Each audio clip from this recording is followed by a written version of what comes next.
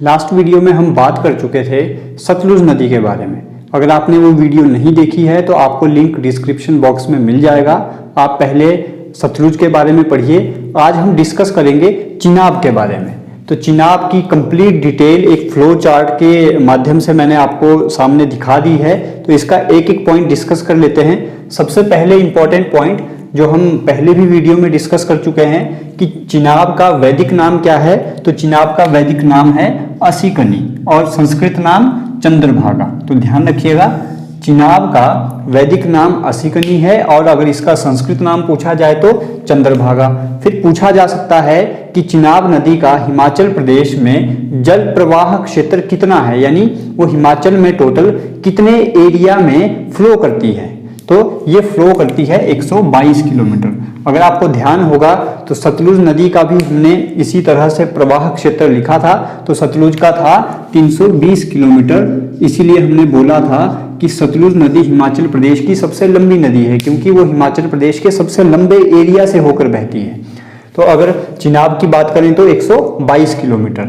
Next था एक important question जो पूछा जाता है कि हिमाचल में सबसे ज्यादा जल घनत्व वाली नदी कौन सी है। तो हिमाचल में सबसे ज्यादा जल घनत्व वाली नदी है चिनाब।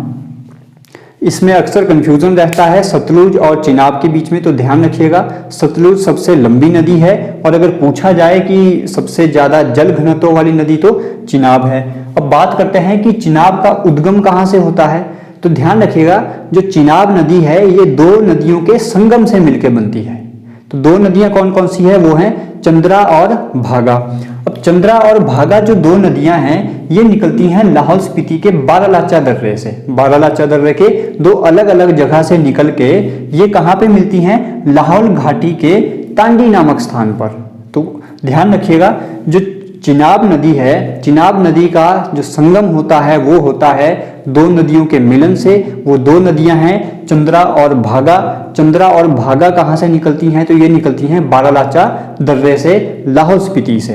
अब ध्यान रखिएगा, कई बार पूछ लिया जाता है कि चंद्रा नदी का उद्गम स्थल क्या है। तो ध्यान रखिएगा, चंद्रा नदी का उद्गम स्थल है चंद्रताल झील और भागा नदी का उद्गम स्थल है सूरजताल झील। दर्रा पूछा जाए तो बारालाचा दर्रा, हाइट है 4891 मीटर। अब ये दोनों नदियां आके मिलती हैं लाहौल घाटी के टांडी या तांडी नामक स्थान पर। तो ये भी क्वेश्चन पूछा जाता है कि चिनाब नदी, चंद्रा और भागा नदियां कहां पर मिलकर चिनाब नदी का निर्माण करती हैं या चंद्रा भागा नदी का निर्माण करती हैं। तो वो करती हैं तांडी नामक स्थान पर, जो कि लाहौल स्पीति में है। और ध्यान रखिएगा, लाहौल स्पीति में चिनाब नदी को चंद्रा भागा नदी के नाम से ही जाना जाता है। लाहौल के बाद चिनाब नदी आपकी एंटर करती है चंबा में, और चंबा में भी कहां पर, जोलंग या भुजिंद नामक जगह पर, जहां पर इसे चंद्रभागा ना बोल के इसे बोला जाता है चिनाब। तो ध्यान रखिएगा, चिनाब नदी को लाहौल स्पीति में बोला जाता है चंद्रभागा के नाम से, और जब ये चंबा में एंटर करती है तो इसे बोला जाता है चिनाब। और चंबा में एंटर कहां पर होती है, जोलंग या भुजिंद नामक जगह पर। चंबा के बाद ये फ्लो कर जाती है कश्मीर में। तो एग्जिट पॉइंट भी पूछा जाता है कि चिनाब नदी का हिमाचल में एग्जिट पॉइंट कौन सा है, सबसे आखिरी स्थान कौन सा है जहां पे वो हिमाचल को छोड़ के कश्मीर में प्रवेश करती है। तो वो है संसारी नाला। बहुत बार ये क्वेश्चन पूछा जा चुका है, हिमाचल में एग्जिट पॉइंट।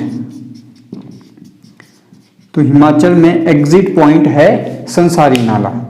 इसके बाद कुछ और इंपॉर्टेंट पॉइंट्स, इसकी सहायक नदियां कौन कौन सी हैं। तो चिनाब नदी की सहायक नदियां किन किन नदियों से मिलकर ये बनी है, चंद्रा, भागा और मियाल नाला।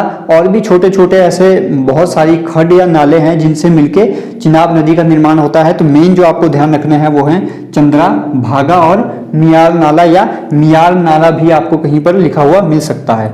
इसका जल ग्रहण क्षेत्र कितना है, तो इसका जल ग्रहण क्षेत्र है 7500 स्क्वायर किलोमीटर। और अगर आपको सतलुज का ध्यान होगा तो सतलुज का था 20,000 स्क्वायर किलोमीटर। तो ये भी इंपॉर्टेंट क्वेश्चन रहता है कि चिनाब नदी का जल ग्रहण क्षेत्र कितना है, दैट इज 7500 स्क्वायर किलोमीटर।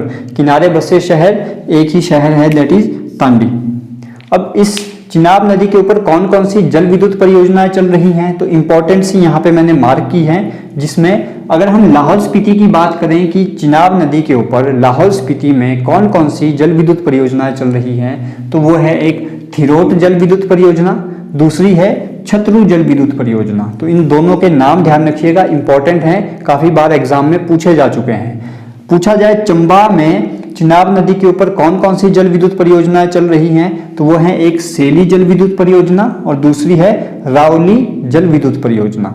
एक और इंपॉर्टेंट पॉइंट जो चिनाब के बारे में आपसे पूछा जाता है, लाहौल की स्थानीय भाषा में जो चंद्रा नदी है उसे बोला जाता है रंगोली और भागा नदी को बोला जाता है गारा। तो आपको ये भी ध्यान रखना है कि चंद्रा भागा नदी यानी चंद्रा और भागा जो दो नदियां हैं, इनको लाहौल की जो लोकल लैंग्वेज है उसमें क्या बोला जाता है, तो चंद्रा को बोला जाता है रंगोली और गारा, इसको भागा को बोला जाता है गारा। तो ये कुछ इंपॉर्टेंट पॉइंट्स थे चिनाब नदी के बारे में। चाहे तो आप स्क्रीनशॉट ले लें और अगर आप साथ में नोट्स बनाते हैं तो वो सबसे बेस्ट ऑप्शन रहती है आपकी प्रिपरेशन के लिए।